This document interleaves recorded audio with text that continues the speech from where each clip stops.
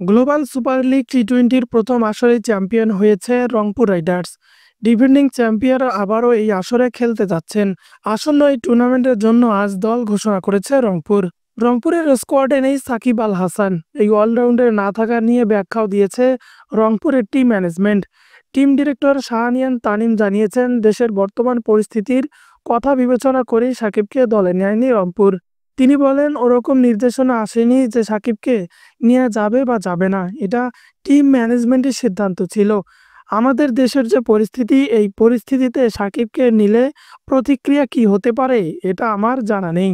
রংপুরের অধিনায়ক নুরুল হাসান সোহান বলেন, ক্রিকেট যখন শুরু করেছি প্রথম থেকেই ক্রিকেটার সাকিব আল হাসানকেই চিনি। তার সাথে ড্রেসিং রুম শেয়ার করার উপভোগ ও গর্বের ব্যাপার। যে কোনো দলে আমি ওনাকে চাইব। ক্রিকেটার সাকিব এক দলে থাকলে অবশ্যই দল সুবিধা পাবে, যা বাংলাদেশ দল লম্বা সময় ধরে পেয়ে আসছে।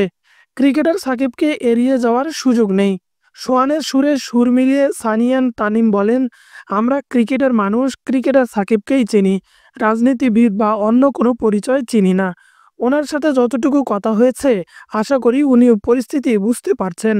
পরিস্থিতির কারণে হয়তো নিতে পারেনি। নুরুল হাসান সোহান, সৌম্য সরকার, নাইম শেখ, মাহিদুল ইসলাম অঙ্কন, কামরুল ইসলাম রাব্বি, সাইফ হাসান, আবু হায়দার রনি, রাকিবুল হাসান, ইয়াসির আলী চৌধুরী, খাইল মায়ার্স, তাবরাইজ শামসী, ইব্রাহিম জাদরান, ইফতেখার আহমেদ, আকিব জাভেদ, হারমিত সিং ও খাজা নাফে।